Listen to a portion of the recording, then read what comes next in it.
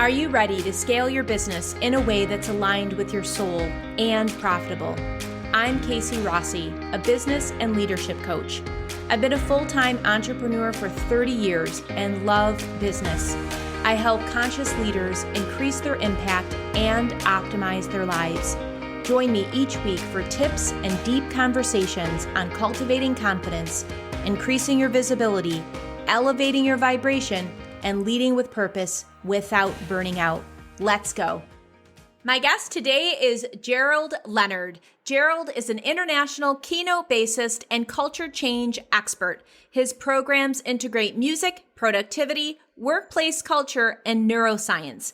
I loved my conversation with Gerald because of this unique mashup between music and leadership. We talk about how diversity and inclusivity are arising more in today's world. Also, the number one thing to be aware of and implement when it comes to culture change, how we as high-achieving leaders can get a sustainable competitive advantage, and a few other unique parallels between a great jazz ensemble and building a high-performing business. Sit back, relax, and enjoy the show. Gerald, thank you so much for being here. Welcome to the show. Thank you for having me, Casey. I'm really excited because out of 147 episodes, you are my first male guest, so welcome. Thank you for having me again. Absolutely. I was very intrigued with the mashup that you have in your field between music and leadership.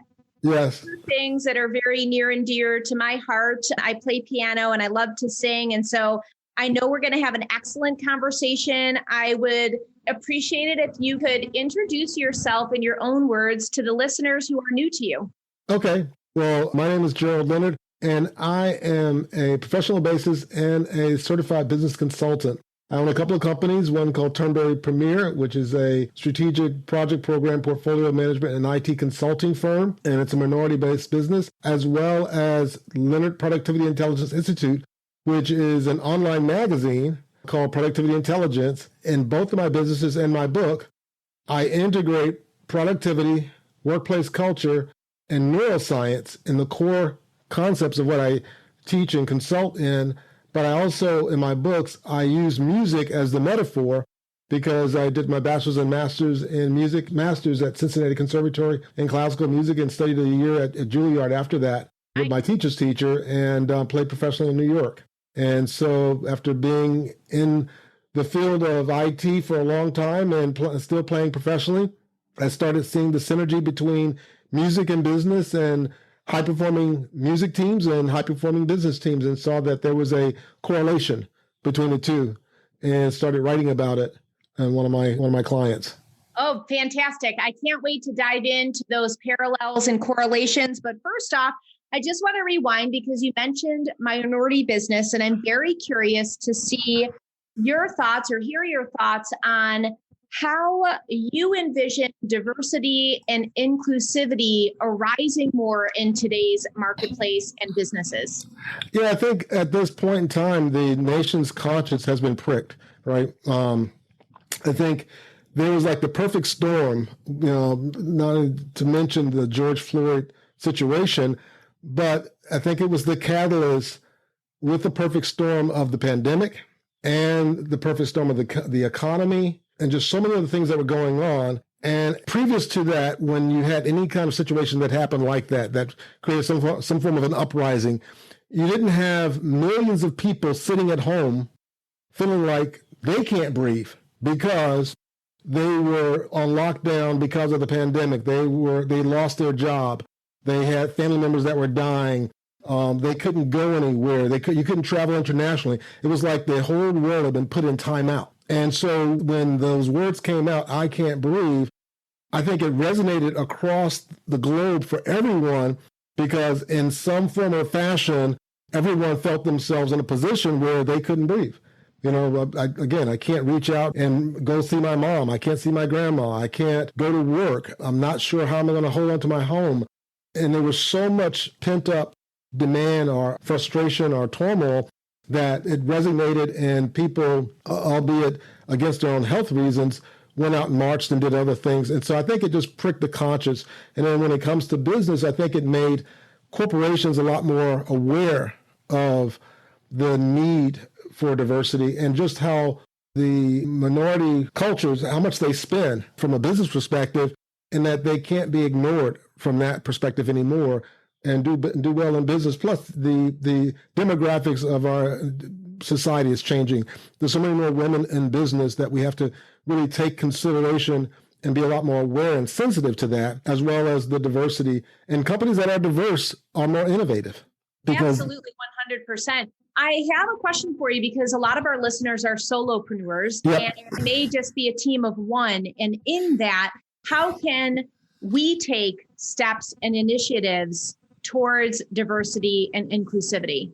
For the most part of my consulting practice, I was a team of one. And it was being a team of one, but seeing yourself as being able to build something of significance. I remember when I first started, I used to go to a roundtable, 2 roundtables. One was a CEO roundtable of small business CEOs who had staff, brick and mortar, and I would hear all the headaches and everything they're going through. And it was kind of like let's help everyone out and figure out how to get to the next level of leading. And then I would go to like the National Speakers Association meetings, because I was a part of the National Speakers Association. And I got to meet, Bill Cates, Shep Hyken, Willie Jolly, all these other great guys. And they were solopreneurs, but they were making 7 figures. And they were working maybe 100 to 150 days a year. They were traveling around the world. And I'm going, something doesn't fit. Share the secret. Exactly. And so the idea was, okay, well, which one of these worlds do I want? I started my business independently at a more, I won't say advanced age, but, I was older when I started it. And I didn't want to have the burden of having to carry all of the employees and everything else that was included in building a consulting firm of 200 people or so. And I love being engaged with the client. I love writing, speaking. I love being in the game of consulting. And I felt like the other way I was going to become a business owner, and all I'm doing now is just kind of pushing papers around and making sure I'm meeting payroll. And it was attractive to go to those meetings with NSA, because what they would do in the meetings is pull back the curtain and say, here's how I run my business. And so I learned about marketing. I learned about PR. I learned about the importance of writing a good book and how to position a book, and writing a book that I want to talk about for the next 5 to 10 years. Because once you write a book and it takes off, you're going to be talking about it for the next 5 to 10 years. So you better make sure you write a book that you want to talk about. Really? Exactly. And so there were so many different, just little nuances. What websites they use, what tools they use, how did they use them, where did they get their information from, who would they partner with? And so you started seeing a theme of, although they were solopreneurs, they weren't by themselves. They had mastermind groups. They attended association meetings. They networked like crazy. They gave back. They were constantly marketing themselves, whether it's through a podcast, through articles, through various things that they were doing. They were constantly putting up themselves out there. And if they had 1 book or they had 10 books, they were still going to courses about writing and book publishing to figure out how to do it better and how to network with the people who are really doing it well and learning. And I remember the first time I went to one of the meetings, I was living in the Washington, D.C. area at the time. And at that time, when I first got there, there was this lady named Jan Fox who was on the news. It's like she was like an Emmy-winning news reporter, so on and so forth. Well, let's say 10 years later, when I finally go to the NSA meetings, I'm sitting at a table, and who's sitting next to me taking notes is Jan Fox. That's awesome. So I'm thinking, okay, if this is a place where Jan Fox will come, who has won some Emmys, written a book, speaks all over the world, and she's still coming here to learn, then there's something here. I love that. I'm a forever learner, and I think that there's, always room for growth. I'm a big fan of the Kaizen philosophy, right? Just never ending improvement. Yep. I know that you're also a fan of culture change, and I'm interested in, if you were going to distill it into a number one thing that we implement. Of course, awareness, precedes any implementation. But if you were going to implement one thing that contributes to culture change, what would it be? People buy into what they create. If you're going to implement a major change in an organization, then the best thing you can do is to get a core group of the right people involved and help them allow them to help you build it. Beautiful. So at the end of the day, it's not your solution, it's our solution. Because they're going to go back into the field and they're going to, evangelize and say, this is something we created as an organization. We all had a voice in this. We thought about everything that we were going through and we made sure that it fit the way we do things. It speaks our language. When you do that, you will be successful. An example of that is one of my clients is a very large Department of Transportation. When I got there, they had about 14,000 projects and a $16 billion budget for their 6-year program. So probably one of the largest things I've ever worked on. And it's probably one of the largest things out there. And when I would say 3 or 4 years previous to that, had tried to come in and do some of the similar things that we were in charge of doing. I was kind of like the subject matter expert at 3 developers. And they created this solution. They rolled it out, but it was extremely technical. It was, I can't say convoluted. I mean, it was a good solution, but they didn't take into consideration the people who were going to be using it. Interesting. So everybody who was going to be using it pushed back and said, this is not what we want. It was too much change. It was too much against the grain of what they were used to doing. And they're state employees. They weren't going to move. When we came in, we surveyed the landscape and said, wait a minute, these guys are used to using this tool. They're used to doing it this way. Why don't we do all of our work first, like curb and gutter work, where you're preparing the landscape and you're preparing to build the apartment building, or you're planning to build the shopping mall. You got to put in all the plumbing, all the roads, everything else. And so they started seeing the benefit of the solution without ever using the solution. When they finally got to use the solution, after taking into consideration who they were, how they worked, their culture, and where we were trying to move them to, we gave them 3 things to do on the screen. We taught them for like an hour and a half in a course, and then gave them 3 things to do so they understood the process behind it. And then we had follow-up coaching calls. As of today, you couldn't pull that solution out of their hands. They were also audited by the Federal Highway Administration and found to be #1 in the country when it comes to road scheduling. We've cut the budget. We've cut the projects in half because we were able to close out a bunch of projects. They're running about 8,000 projects now. Their budget has gone up to $24 billion. Wow, congratulations. I mean, what I'm hearing as the secret sauce is buy-in, effective communication, and member contribution. Yeah. That sounds like the trifecta of what made that a successful project. Thank you for sharing that. I am curious about your thoughts, Gerald, about how do we as high-achieving leaders actually get a sustainable competitive edge? I call it the black box effect. And so what I mean by that is, why was KFC, I mean, even though other companies created, fried chicken, if you will, but they couldn't do what KFC did because they always had their secret recipe. You think of Southwest Airlines. They have a model, they have a process in how they do things.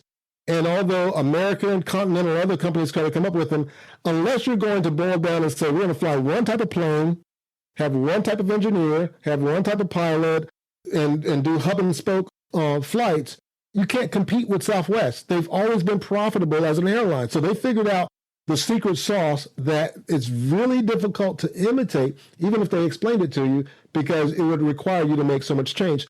So you have to figure out, as a business owner, what is your secret sauce?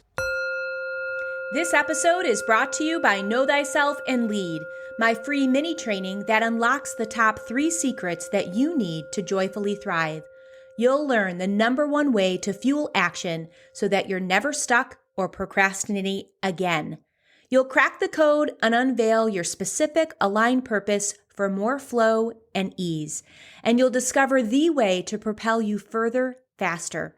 You can binge watch all 3 trainings at once or at your leisure. Either way, you'll want to sign up and dive right in. Access Know Thyself and Lead at kcrossi.com/lead. That's kcrossi.com/lead. Now, please enjoy the show. For me, it was integrating what I had learned as a musician and all the concepts and principles I had learned as a musician from when I first started to even now, constantly growing as a musician, what I had learned as a technician and realizing that I needed to use both sides of my brain, be technical as well as have the soft skills and be people-oriented, and then take into consideration the cultural aspect. So in combining that, And also then adding in the neuroscience behind it of that there's a scientific peer-reviewed process that I use. So it becomes very difficult for anyone to then come in and go, we're going to replace what he's doing. Well, that's going to be really difficult. Extremely unique. I love that. Like I said at the top, the mashup is unique. And I love that that is your secret sauce, as an imprint that you bring to the table that's very different based on your personal experience. So share with us a few parallels between a great jazz ensemble and building a high-performing business and team. Well, I'd be happy to, because first thing is first, musicians are always what we call woodshedding, and that's basically practicing. But it's not just, I'm going to go in the room and play Mary Had a Little Lamb for the 1,000th time, or, the Bach suites or whatever. They push themselves, and here's the other secret sauce for musicians. They always have a teacher. Whether they are, Chick Corea just passed away not too long ago. He was in his late 80s. He was still studying music. He was still doing little videos and explaining what he was learning from listening to other people and composing. Musicians, because when you first start off as a musician, the first thing you need to grow is you need a teacher. And so you realize, okay, for me to go to the next level, I need a better teacher. Well, pretty soon, if you get to a certain level, it's hard to find a teacher who's better than you are. So then you go, well, obviously they are. Maybe they've passed on. So you go listen to the recordings of some of the masters, and you study them and you analyze them. In other words, you work on yourself first. It's kind of like the airplane when you're on the plane, those emergency, put your mask on first, then find the kid that you love the most and put it on them, and then the next one, and so on. But the idea is that you put it on first. So really working on your skills first. Second is that now that you've worked on and you're really good at what you do, when musicians come together, they then focus on the big picture. They leave their egos at the door. If it's a good band, if it's a good ensemble, they leave their egos at the door. And then when they start the music, they're now intently listening to each other for the flow and the groove of where this is going. And you can tell it. It's like if it's a concert, it's like, it's okay. Well, they're good musicians, but they weren't listening. Mm-hmm. But if you go to a concert and you get emotionally moved and swept up into the music, then you have musicians who are they're good at what they do, but they've submitted themselves to the music and to each other to really listen. What I found in business is when you have a team of experts who are focused on the mission of the project, if you will, and they come to the table and their first focus is, we're here to learn and listen how to make this better. Not to just, put out my solution or what I think should work or what I did with this other client that worked better. No, I'm here to listen to your problem, to your situation, and then add my secret sauce or add what I've been working on to that to make it better. Absolutely. I love that synergistic approach. Right. And again, going back to contribution and how do we pool all of our unique resources to make something in the end that is just absolutely stunning, unique, and beautiful. One of the things that came to mind when you first mentioned musicians always having a mentor, always having a teacher, is knowing which teacher to choose. Because I first started taking piano when I was 7, and I studied with that same teacher for 6 years. And then I went to the Eastman School of Music. And one of the very first things my teacher, that's a good school. Yeah, she said, okay, now we have to unteach you what you did for the last 6 years, because, this is the new path, the new way, the way for everything. So I think that distinction of like really being so specific when you choose your mentor, making sure that they have themselves achieved those goals that you want. I think it's just a little side note to the valuable info that you shared. So I'm curious, Gerald, because I know that a lot of people, especially you mentioned the pandemic, we're still kind of like, even though it's been over a year, we're really still kind of trying to get our sea legs, especially even on an emotional level. Right. And I'm curious if you have any tips for individuals that are currently feeling stuck. What can they do to get back on track? So I have this. So productivity intelligence is one of the things that I've created and creating that helps with that, because my focus is on, for myself and for other higher achievers, And the idea behind that is it's concepts, it's articles, I'm partnered with a group called Learning Strategies where they have a set of music programs or audio programs that use a technology called HoloSync and some additional things in there that basically allows you to help reset your mind. So it's almost like it takes you into a deep meditation. And it really helps you to if you're in a funk or feeling overwhelmed, it takes you into different brainwave states, like from into alpha, into theta, into delta, with some affirmations that really helps kind of ground you and reset you to mentally come out feeling like, okay, I can do this now. I have confidence. I'm more grounded. I've taken a mental vacation, if you will, and refreshed my brain to a point where I can now handle, because a lot of what happens to us, there's a great book by a guy named Bill Harris called Thresholds of the Mind, where what happens to us is that life puts us in a pressure cooker. And that pressure cooker is like being on a 2-lane highway. There's only, you can only go on the right or left lane. But there's so much pressure that all the traffic starts backing up. Well, the only way around that is to expand the highway, right? Is expand the highway, which is called an open system. Our bodies and our brains are able to do that, but if we do it on our own, most of the time without things like meditation or yoga or qigong or other energy things along that line, they stay stagnant and we keep that one lane, that 2-lane highway going, and the pressure that we're under, the capacity isn't there to be able to handle that.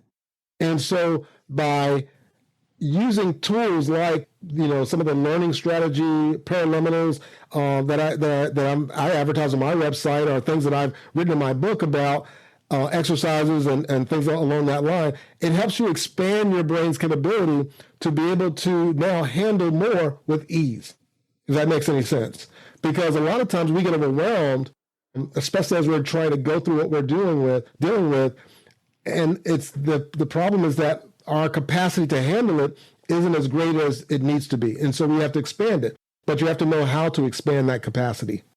Interesting. So I'm curious because you have integrated two passions, your music passion and leadership and work productivity. So you have literally combined the work-life balance, right, for your day-to-day. So I'm curious, how else do you tap into that synergy and integration for yourself? Because they're already combined for your quote unquote JOB. So How else do you see it come to life? Well, I have my routines and I kind of plan out my day because, again, I'm running 2 companies and both of them are pretty busy. There's a lot going on. But when I get up in the morning, I have a routine of I do scripture reading, I do prayer, I do qigong. I have a book that I carry with me even when I travel that I write out my affirmations. So my goals, I write them as affirmations, and I can't say I do it every day, but I do it pretty consistently, is to write them out by hand and just have at least 30 minutes to just kind of stop and meditate and visualize, where am I going, what's going on. And then out of that, normally 1 or 2 ideas will come of, hey, this can help me move forward in this area. I exercise. I have a Peloton and a treadmill. So I do 30 minutes of exercise a day, at least 6 days a week on that. And even with moderation, as you see, my arms in a sling, I have a torn rotator cuff. I've had to adjust and go, okay, so I'll have to do moderate my exercise, but I still do it. I still get on the bike. I still get on the treadmill. And by having a routine and also reading books and learning from others who are really getting the results you want, and look at what are some of their routines. Some of them, they may not fit your lifestyle or what you want, but others, they may give you ideas. And so I've carved mine out over time from, either books I've read or people I've met where the ideas have come, and I found something that fits for me, that works, that gives me energy. And here's something else I do. In the middle of the day, I take a nap. It depends on, and I'll usually have some like meditative music and I'll set my phone for like 30 minutes. I'll put my earphones on, and I'll close my office door. I have a futon in my office, and I'll curl up on it. I'll mute the television in the background, because underneath that little poster is my television, and I will just close my eyes and take a 30-minute nap. And because the music puts me in alpha wave, even if I don't sleep, I get up rested, because my brain has calmed down and regrouped. And Thomas Edison did that all the time. My best ideas come when I'm either napping or before my arm, I would go out and hit golf balls. And sometimes I would just go to the golf range and for 30 minutes hit golf balls. And I get amazing business ideas because I've gotten away from the work and I've given my brain a break. I think that's so very important, especially to understand that as a high performer, that some of your highlights come up during the creative space, during the stillness, during times that you're taking advantage of that relaxation brainwave. And yes. I feel that especially for people that are in the grind and they push and they're really, into their metrics and analytics, sometimes they don't give themselves that. They look at it almost like a luxury. Right. But what I'm hearing and what what I'm appreciating is the fact that we have to put that in there. I love that you bake in spirituality in your AM bookend by reading scripture. I love the fact that you're consistent, but you also, it doesn't sound like you put this pressure to be perfect. And when we do that, I think it comes off robotic and it doesn't have that authentic flow. The other thing I want to underscore to your AM routine is the fact that you are capitalizing on neuroscience by writing down your goals in the form of an affirmation, because when we write it down, we then become part of that 1% of the top performers because we're focused, conscious, and writing it down. So you got a great recipe, my friend. Thank you so much for sharing that. If people want to learn more about you, workplace jazz, and all the amazing things that you've got going on under your umbrella, how can they take a step closer to your world? They can go to productivityintelligenceinstitute.com. productivityintelligenceinstitute.com. Beautiful. I will make sure to put that link in the show notes so it's super easy for them to connect with you. And if you wanted to leave our listeners with a final piece of bright light wisdom, what would you like to share? Never stop learning. Love it. Never stop learning. Beautiful, my friend. Thank you so much for being here and sharing your wisdom. Thank you very much for having me, Casey. Take care. All right.